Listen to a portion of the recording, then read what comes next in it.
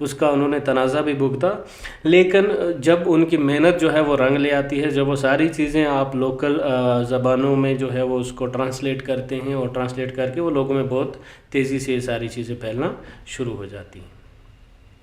اگر میپ کے طور پہ ہم اس کو سمجھنے کی کوشش کریں کہ 16ویں صدی میں جب اس کی شروعات ہوتی ہے انیشلی ریفارمیشن مومنٹ کی، تو آپ دیکھیں گے کہ جو لوتھرنزم، جو مارٹن لوتھر کو ماننے والے لوگ ہیں، یہاں سے یہ شروعات ان کی یہاں وٹنبرگ سے شروعات ہوتی ہے، اور آہستہ آہستہ یہ ان دیگر ممالک میں یہ سارے لوتھرنزم جو ہے یہ پھیلنا جو ہے وہ شروع ہو جاتے ہیں اور لوگ ان کو ماننا شروع کرتے ہیں۔ یہ بیسیکلی کوئی نیا مذہب نہیں بنا دیا تھا انہوں نے یہ کہا کہ کرسچینٹی میں بھی جو اولڈ یا آرتھوڈاکس کرسچینٹی ہے جس کو وہ فالو کیا کرتے تھے، اور وہ اس کا صحیح استعمال نہ کر کے اپنے مفاد کے لیے استعمال مذہب کو کرنا، جس کو آپ کہیں گے، اس کو مذہب کو اپنے مفاد کے لیے استعمال کیا جاتا تھا۔ جو بھی قانون قاعدے تھے اپنے حساب سے بنا لیا جاتے تھے، اور وہاں پہ وہ اگر موجود ہیں بائبل میں یا نہیں ہیں، کیونکہ عام لوگوں کو تو اس کا پتہ نہیں تھا۔ اور لوتھر کے بنا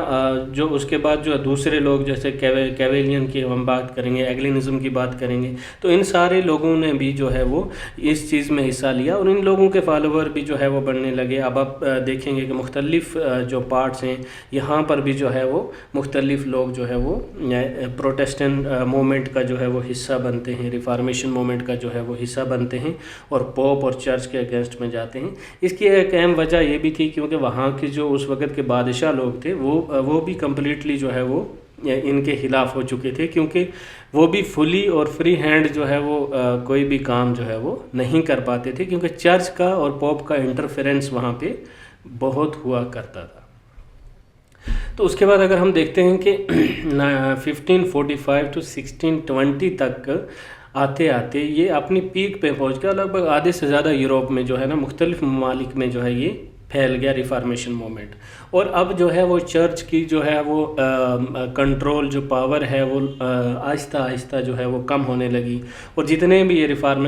ریفارمیشن مومنٹ والے لوگ تھے، ان کے جو سمرتھن میں جو ان کے چاہنے والے جو لوگ تھے ان کی تعداد بڑھنے لگی، اور مختلف ممالک میں ان کی تعداد پھیلنے لگی۔ اور ایک لبرٹی جو مذہب میں ہوتی ہے، مذہب میں آزادی، جو اپنی مقدس بائبل کو پڑھ کر کے جو آزادی لی جاتی ہے، تو اس کے بیس پہ اب انہوں نے پڑھنا شروع کیا اور اپنے مذہب کو پریکٹس کیا، اور اسی کو پروٹیسٹنٹ ریفارمیشن کہا۔ اور لگ بھگ یہ پورے ایریاز میں آپ دیکھیں گے میپ کے ذریعے کہ کتنے ایریا میں، اب لوتھر کی ہم بات کریں تو یہ اب ایک بڑا اچھا خاصا ایریا آپ دیکھو گے، اس میں سارے مارٹن لوتھر کے ماننے والے جو تھے وہ ان ایریاز میں اب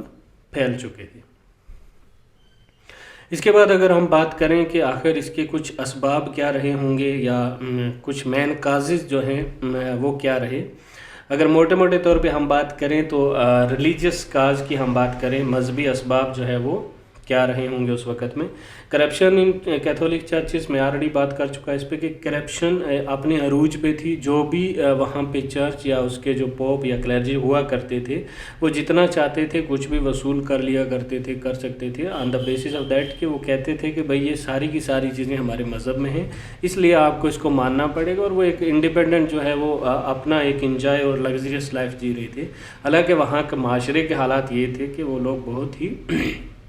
غریبی میں تھے، اور پورا کا پورا جو چرچ ہے وہ فلی اپنی پاور انجوائے کر رہا تھا۔ اور اگر خاص طور پہ اگر ہم اس میں بات کریں کہ سیل آف انڈلجنس،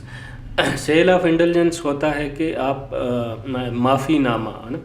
آپ جی بھر کے گناہ کر لیجئے، جتنے گناہ کرنے ہیں کرو، اس کے بعد آپ کو کیا کرنا ہے کہ ایک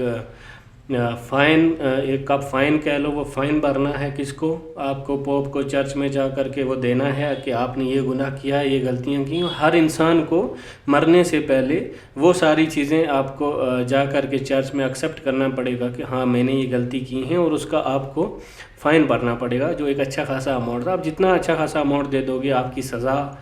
اسی دنیا میں دی جاتی تھی ان کو، نام کے لیے کچھ چھوٹی موٹی سزائیں ہوتی تھیں، باقی سارا پیسہ وصول کر کے ان کو ایک سلپ دی جاتی تھی۔ اوکے، اور اس میں یہ ہے کہ یہ آپ کا معافی نامہ ہے، اب جتنے بھی گناہ آپ نے یہاں پہ کیے ہیں وہ یہاں پہ ہی ختم ہو گئے، اس کی آپ کو یہاں پہ سزا مل گئی ہے۔ ابھی جب آپ مر جاؤ گے تو آپ سیدھے کے سیدھے وہ جنت کی ٹکٹ جو ہے وہ کاٹ دی گئی ہے، اوکے، معافی نامہ جو ہے وہ ان کو دے دیا گیا۔ اس کے بعد نیپوٹزم کی بات کریں، وہ اپنے عروج پہ تھی، اور دوسری تیسری بات کریں کسی بھی قسم کا، چاہے وہ ان کا کلیرجی کا، پوپ کا، ان سب چیز اسپریچول ڈیوٹیز جو تھیں ان سے وہ ٹوٹلی ہٹ کر کے ساری چیزیں کرنے لگے تھے، اوکے۔ اور بائبل کو جو ہے وہ انہوں نے ایک سول اتھارٹی بنا لیا، کیونکہ بائبل کو جو ہے وہ ماسز وہ لوگ تو سمجھ نہیں پا رہے تھے، اور ساری کی ساری چیزیں جو ہے وہ ان کے ہاتھ میں ہی تھیں۔ اس کے بعد اگر ہم سیاسی اسباب کی بات کریں یا پولیٹیکل کاز کی بات کریں، تو ہم نے انیشلی بات کی کہ یہاں پہ راجاؤں کا جو ہے نا، جو کنگز وہاں کے ہوا کرتے تھے، ان کے پاس بھی اتنی طاقت نہیں تھی کہ وہ پاپل اتھارٹی جو ہے اس کو کبھی بھی اپوز کر سکیں، ہے نا۔ اب وہ سارے کے سارے ان کو ہی مانتے تھے، اور ان کو ہی ماننا ہی پڑتا تھا نہ چاہتے ہوئے بھی، تو وہ بھی ایک اہم وجہ تھی، کیونکہ جب یہ تھوڑا سا آگ لگتی ہے کہ ایک ریفارمیشن مومنٹ پیدا ہوتا ہے، تو یہ سارے لوگ جو ہے وہ بھی اس کا ساتھ دیتے ہیں، اور اس کی وجہ یہ ہوتی ہے کہ بہت تیزی سے جو ہے نا وہ ریفارمیشن مومنٹ لگ بھگ پورے یوروپ میں جو ہے وہ پھیل جاتا ہے۔ اور جو پورا کا پورا ایریا ہوتا تھا، ویلتھ ہوتا تھا، ریجنز ہوتا تھا، اس پہ پورا چرچ کا کنٹرول رہا کرتا تھا، نہ تو چرچ کو کوئی کسی قسم کا کوئی ٹیکس ادا کرنا ہوتا تھا، ایون چرچ جو ہے وہ دوسروں سے جو ہے وہ ٹیکس جو ہے وہ یہاں پہ وصولا کرتے تھے، اور سارے کے سارے جو ایک فری ہینڈ فل پاور جو ہے وہ پورا کا پورا چرچ انجوائے کرتا تھا۔ یہی ساری چیزیں کہیں نہ کہیں سیاست میں جو ہے وہ ایک جو سیاست کی مونارکی ہے ان کو کمزور کرتی تھی، اور وہ اس چیز سے کافی پریشان تھے اور کچھ بھی نہیں کر پا رہے تھے چرچ کے سامنے، اوکے۔ سو اگر ہم بات کریں اکنامک کاز کی، معاشی اسباب کی بات کریں، تو بہت سارے ٹیکسز ہوا کرتے تھے جو آپ کو چرچ کو دینا پڑتے تھے، جیسے تیتھیز کی بات کرتے ہیں، فی کی بات کرتے ہیں۔ اس میں ہوتا ہے کہ آپ کو 10% جو ہے وہ آپ کی پوری انکم کا جو حصہ ہے وہ آپ کو چرچ کو دینا پڑے گا، کوئی بھی ہو، کسی بھی اس کا کلاس سے ہو، آپ کو 10% اپنی پوری انکم کا جو ہے وہ آپ کو چرچ کو ادا کرنا ہی ہے، آپ کی جتنی بھی انکم ہوگی اس کا 10% آپ کو ادا کرنا ہی ہے۔ اس کے بعد اگر ہم بات کریں کہ resentment of the common people and nobility over church riches, اب چرچ تو دن بہ دن امیر ہوا جا رہا ہے، اور وہاں کی جو جرنل پبلک ہے، وہاں کی ایون اسٹیٹ اتھارٹی جو ہے، وہاں کی ریاست کا جو سٹرکچر ہے وہ پورا کا پورا چرچ کے ہاتھ میں ہے، اور چرچ امیر ہے اور وہاں کے بادشاہ جو ہیں وہ غریبی سے جوجھ رہے ہیں، اور جو وہاں کا عام طبقہ ہے وہ بھی غریبی سے جوجھ رہا ہے۔ اب اگر سوشل اور انٹلیکچول کاز پہ ہم آتے ہیں، تو اس میں ہے کہ ہم نے جیسے پچھلے لیکچر میں بات کی کہ رینیسانس آنے کی وجہ سے رینیسانس نے پورا کا پورا زور جو ہے وہ ہیومنزم پہ دیا، کہ بھئی پوری کی پوری جو ایک اپروچ ہونی چاہیے وہ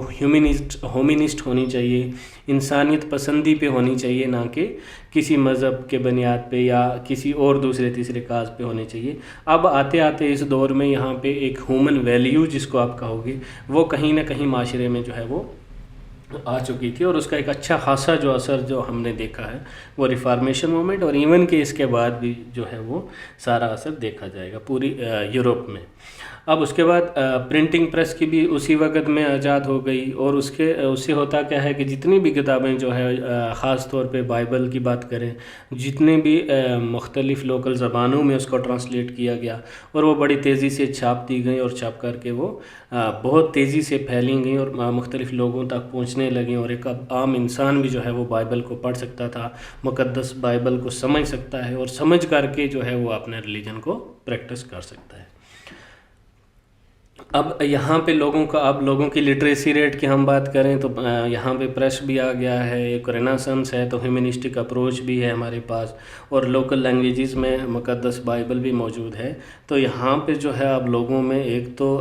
اویئرنیس بھی پیدا ہو گئی ہے، اور لوگوں کا لٹریسی ریٹ جو اس کو پڑھتے ہیں، جو اس کو سمجھ کر کے پریکٹس کرتے ہیں، وہ ساری چیزیں جو ہے اب یہاں پہ ہوتی ہیں، اور انہی سارے اسباب کے کارن جو ہے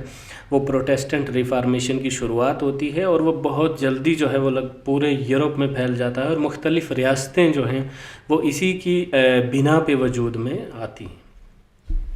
اب اگر اس دور کے ہم کچھ اہم مفکرین یا تھنکرز کی بات کرتے ہیں تو جس میں سب سے پہلا نام اور سب سے اہم نام جو ہے وہ مارٹن لوتھر کا ہے۔ مارٹن لوتھر جو ایک پروفیسر ہوا کرتے تھے تھیالوجی کے ایک جرمن یونیورسٹی میں، تو انہوں نے یہ ساری چیزیں جب سب سے پہلے، جیسے ہم نے آلریڈی ذکر کر چکے کہ 95 تھیسز کا اور سیل آف انڈلجنس جو معافی نامہ ہوا کرتا تھا، یا اور بھی جتنی سوسائٹی میں یہ ساری چیزیں ہوا کرتی تھیں، اور بائبل کو ٹرانسلیٹ کرنا، عام لوگوں تک پہنچانا، یہ ایک انہوں نے ایک اہم کردار ادا کیا۔ اور جیسے ہم نے میپ میں دیکھا کہ لوتھرنزم اور لوتھر کو ماننے والے ان کے فالوور جو پروٹیسٹنٹ ریفارمیشن میں ہیں، تو وہ کتنی تیزی سے وہاں پہ بڑھنے لگے اور مختلف ممالک میں پھیلنے لگے۔ اسی کے بعد کیولین کی بات کریں تو کیولین کا ہے پری ڈیسٹینیشن کی بات کرتے ہیں، کہتا ہے کہ بھائی آپ کو اگر خدا سے ملنا ہے یا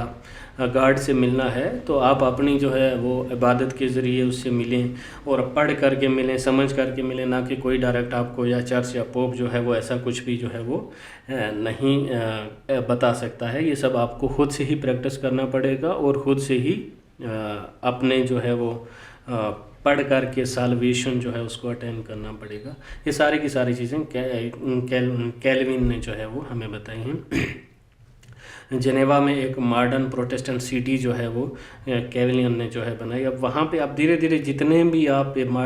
تھنکرز دیکھو گے، ان کے ماننے والے ہر جگہ پہ بننے لگے، اور ایک نئی چرچ جو ہے وہاں پہ بننا شروع ہوئے، جن کا سٹرکچر لبرٹی کے طور پہ تھا کہ اب وہ پڑھ کر کے وہ ساری چیزیں جو ایک کیتھولک چرچ اپناتا تھا اس سے ہٹ کر کے جو ایکچول میں جو مذہب میں ہوتا ہے وہ ساری کی ساری چیزیں اب یہاں پہ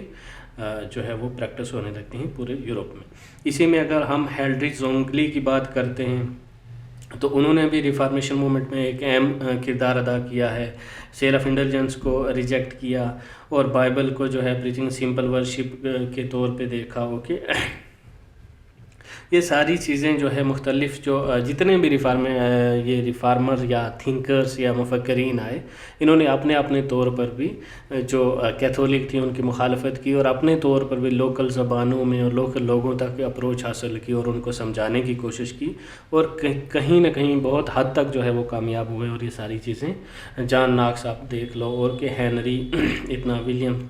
ولیم ٹنڈیل کی بات کریں، تو یہ سارے مفکرین نے اپنے اپنے لیول پہ ایک اہم کردار جو ہے وہ ادا کیا ہے۔ اور جس کے بعد ہوتا کیا ہے کہ ایک نیا اسٹیٹ جو ہے وہ وجود میں آتی ہے، جو پروٹیسٹنٹ ریفارمیشن کے بعد جو ہے وہ ایک لبرل اسٹیٹس جو ہے وہ بنتی ہیں، اور پروٹیسٹنٹ ریفارمیشن وجود میں آتا ہے۔ اب جب یہ ساری چیزیں سوسائٹی میں ہو رہی تھیں تو اس وقت میں ہوتا کیا ہے، کیونکہ اب جو ہے وہ چرچ جو ہے اس کے پاس تو اور کوئی چارہ نہیں ہے، کیونکہ لوگ اب بہت اویئر ہو چکے ہیں، اور اسی اویئرنیس کی چلتے ہوئے انہوں نے کیا کہا، چرچ نے سوچا کہ ہمیں بھی کچھ کرنا پڑے گا، اور انہوں نے ایک کونٹر ریفارمیشن شروع کیا۔ اب کونٹر ریفارمیشن میں ہوتا یہ ہے کہ وہ کچھ چیزیں جو ہیں وہ اب وہ اس میں تھوڑا سا لبرٹی دینے کی بات کرتے ہیں۔ وہ کہتے ہیں کہ بھائی جتنا بھی انہوں نے یہ لوگوں نے کر لیا ہے، اب کونٹر ریفارمیشن میں بہت ساری چیزیں جیسے سیل آف انڈلجنس ہے، کسی حد تک اس پہ روک لگا لیں گے، اور یہ ساری چیزیں کریں گے۔ سو نیکسٹ لیکچر ہم کونٹر ریفارمیشن پہ بات کریں گے ان ڈیٹیل کہ کونٹر ریفارمیشن میں ہوتا کیا ہے۔ Thank you.